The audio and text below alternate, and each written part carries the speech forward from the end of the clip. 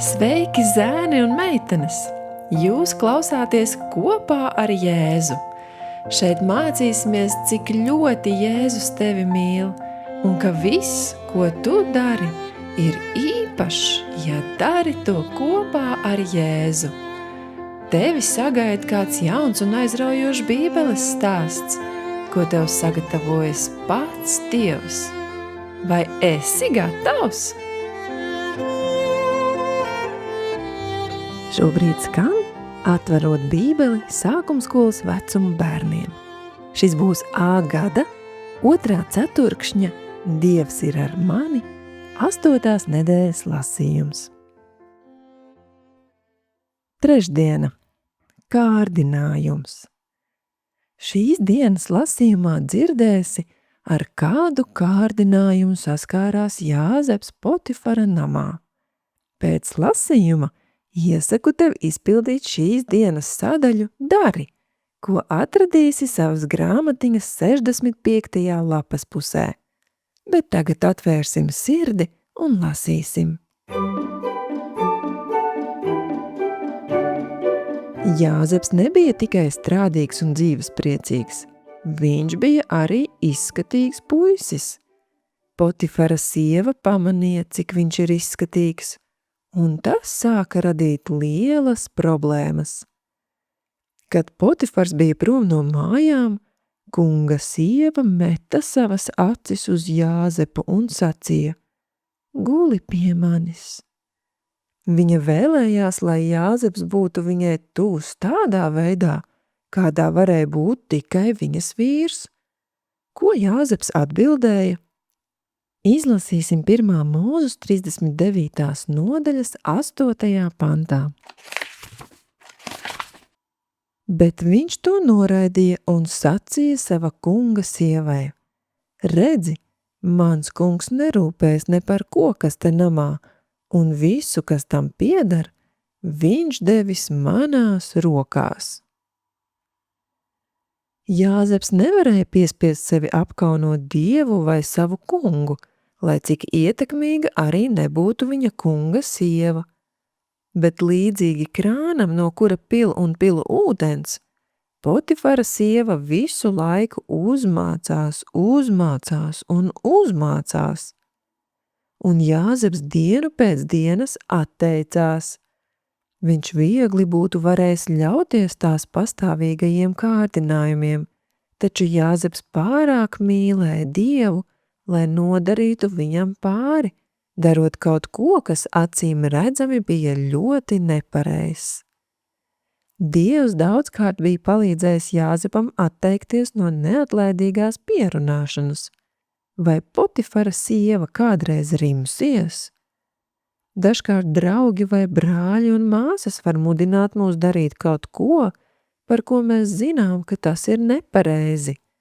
Viņi var izdarīt spiedienu uz mums, lai mēs pieņemtu kaut ko, kas mums nepiedar, vai neļautu kādam pievienoties spēlē skolā, vai aizlavītos spēlēties tad, kad mums vajadzētu darīt mājas darbus.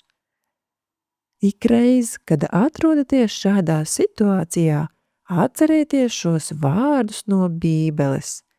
Jūs piemeklējat vēl tikai cilvēcīgs pārbaudījums. Dievs ir uzticīgs.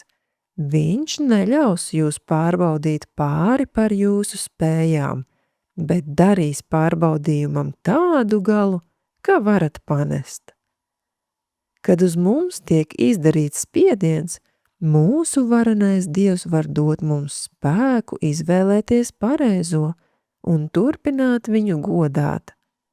Tāpat kā Jāzeps, mēs varam teikt: kā lai es darītu tik lielu ļaunumu un grēkotu pret Dievu?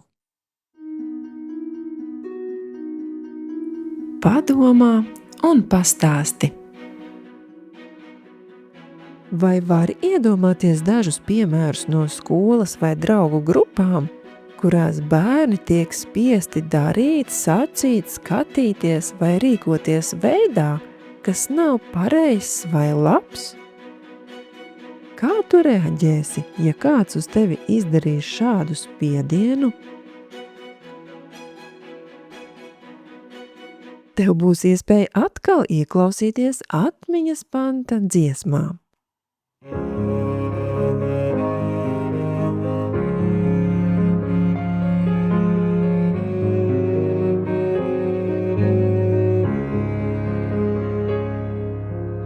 Tu, Kungs, mūsu Dievs, Tu esi cienīgs, saņem slavu. Godu un spēku, jo Tu esi radījis visas lietas ar Tavu gribu. Visas lietas bija un ir radītās.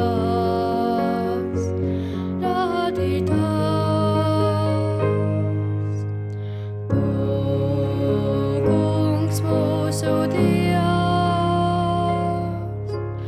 Tu esi cienīgs, saņem slavu.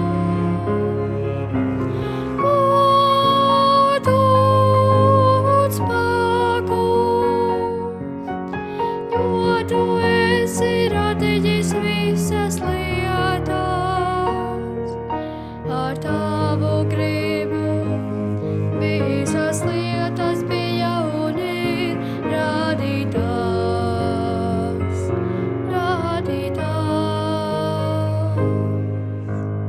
Atklāsmes 4. nodaļa, 11. pants.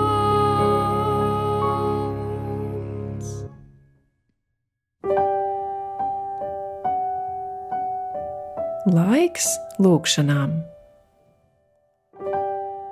Pateicies Dievam par to, ka viņš tevi mīl un parāda, kā pretoties kārdinājumiem, kad tie pastāvīgi vēršas pret tevi.